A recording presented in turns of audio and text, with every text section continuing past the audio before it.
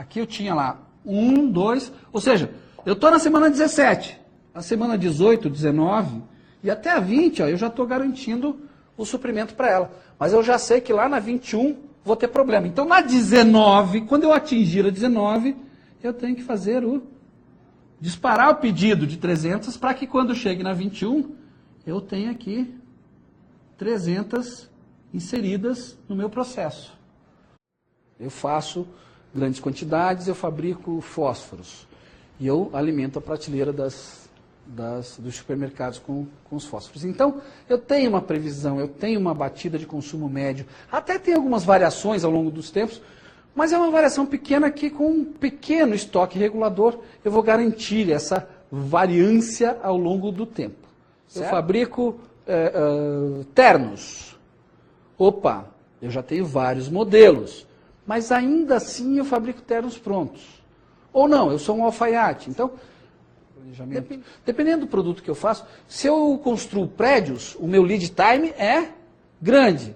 Mas se eu faço chinelos, o meu lead time é muito pequeno. Né?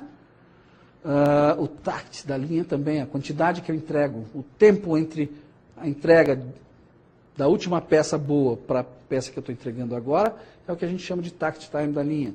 Então, qual é o tact? Nós estamos falando de segundos, de minutos, ou nós estamos falando de meses? Então, tudo isso vai influenciar diretamente nesse meu ambiente, ou qual deles. Então, aqui é como vocês veem que o MRP faz. O MRP faz os disparos a partir desses cálculos. Então, ao invés de a gente fazer isso na mão, o sistema faz isso para você, considerando todos os fatores, né? Aí considerando toda a capacidade produtiva. Quando eu tenho peças distintas trabalhando, eu vou ter um planejamento, uma programação para cada uma delas.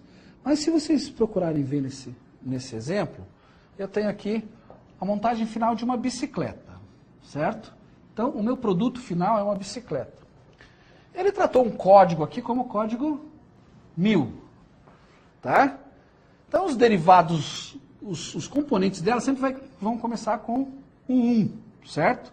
Então, ele dividiu essa bicicleta basicamente em quadro, roda dianteira, roda traseira e correia, ou corrente, né? Na tradução tivemos algum problema ali. Então, eu tenho lá o quadro, ele deu código de 1100.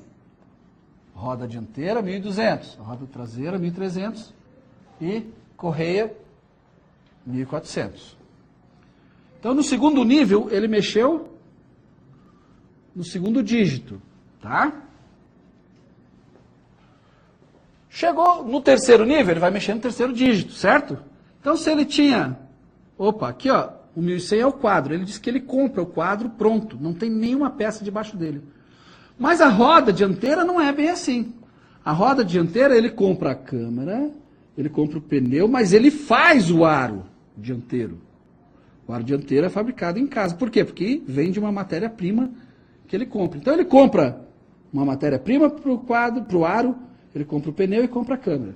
Mas detalhe, tanto o pneu quanto a câmara, traseira quanto dianteira, são as mesmas peças. Então elas levam o mesmo código. Até porque eu tenho uma ordem de compra no disparo desses pedidos.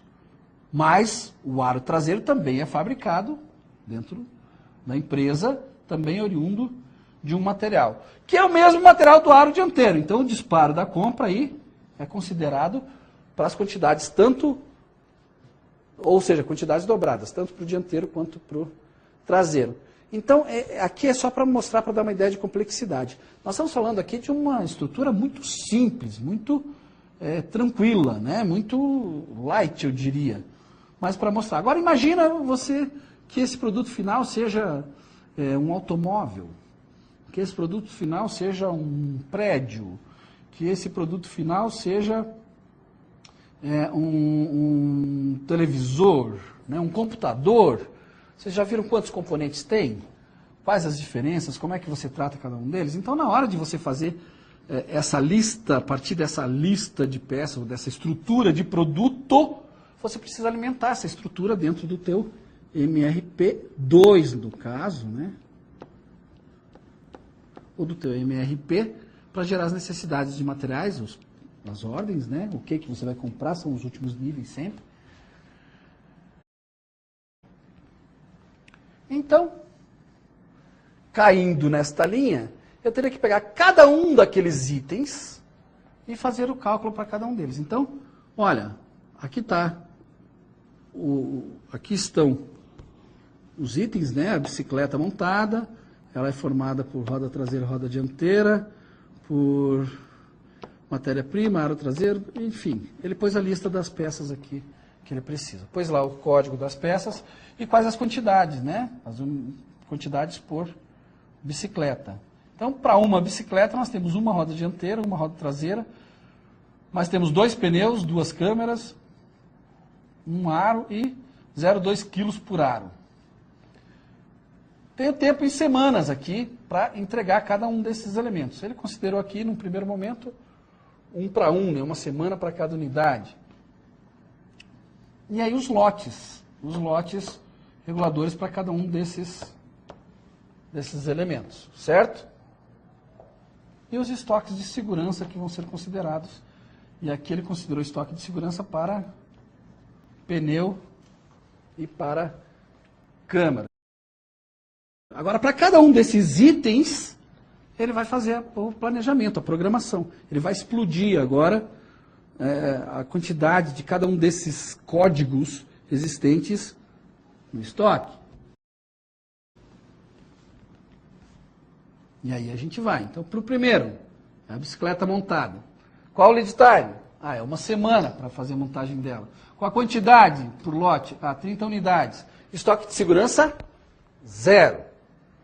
Então, ele tem lá o período, as semanas, como a gente já viu em elementos anteriores, a semana de trabalho. Aí tem uma demanda prevista, 20 unidades por semana. E temos uma demanda confirmada. Aí viu, aqui existe aquela variação, lembra? A diferença entre o previsto e o efetivado. Então, se previa consumo de 20, mas se consumiu 25. Previa-se 20, mas se consumiu 18. Então, o que eu tinha? Eu tinha 15 em estoque. Recebi 30 como programado. Então, fui para 45. 45 para 25, que foi a demanda confirmada, sobram 20. 20. Eu não recebi nada como programado. Então, saíram 18. Eu tinha 20, são 2. Com mais os 30 do PMP, me gera 30 no meu estoque de segurança. Então, 20 para 20, como era planejado, eu fecharia 0 e planejei os 30, certo? No plano mestre de produção. O exemplo de roda dianteira, também. Semana 26, 27, 28 e assim por diante. Aí ele vê lá as necessidades brutas. Então, ele já fez uma avaliação um pouquinho diferente daquela que a gente viu. Reposição? Nenhuma. Recebimento programado, estão ali as quantidades. Então, eu parti de 0. Eu não tinha nada em estoque. Eu recebi 30 como programado. Aí, a necessidade foi 30. Então, eu fiquei com 0 de novo. Na semana 27, não houve consumo. Na semana 28, é consumido mais 30. E eu preciso de 30. Ou seja, eu fiz um planejamento aqui de 30 para suprir a necessidade bruta que eu teria no próximo período. Agora pense que ele faz isso para todo mundo. Agora nós temos aqui a roda traseira. A roda traseira, então, também tem um perfil muito parecido. Qual é a diferença? A diferença é que os lotes aqui são de 50 unidades. Então mudam, os meus disparos mudam. O lead time continua sendo 1 semana, então eu tenho que pedir 1 semana antes e o estoque continua sendo 0. Então, mesma coisa. Estou na semana 26, eu tinha 40 já no meu estoque. Consumo de 30, tinha 40. Consumiu 30, sobrou 10. Tenho 10, consumo de 0. Para esse exemplo, que a gente fez a bicicleta, que a gente considerou o quadro como um conjunto, roda dianteira, roda traseira e mais corrente ou sistema de transmissão em separados, já me deu uma lista com 8 itens a serem programados. Então eu tenho que fazer uma planilha dessa, uma programação dessa para cada um dos itens. E de acordo com a minha necessidade e com o cálculo do meu lote econômico, que aí ele tem esses disparos para substituição ou ressuprimento do estoque. Então, essa é a forma de fazer. Então você imagina que eu teria que fazer um cálculo desse para cada item. Só temos que tomar cuidado, porque nós temos pedidos em andamento.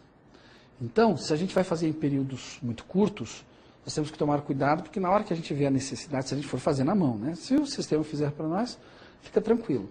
Mas se a gente for fazer na mão, a gente tem que tomar cuidado com os pedidos em andamento, né? Ou com material em processamento. Aqueles que você já fez para fabricar, ou aqueles que você fez já para comprar, para que o teu fornecedor fabricasse, te entregasse, tem que ser considerados nas quantidades que virão pela frente, né? Não podemos esquecer isso. De jeito nenhum, em momento nenhum, isso pode ser esquecido. E é o que o MRP garante para nós.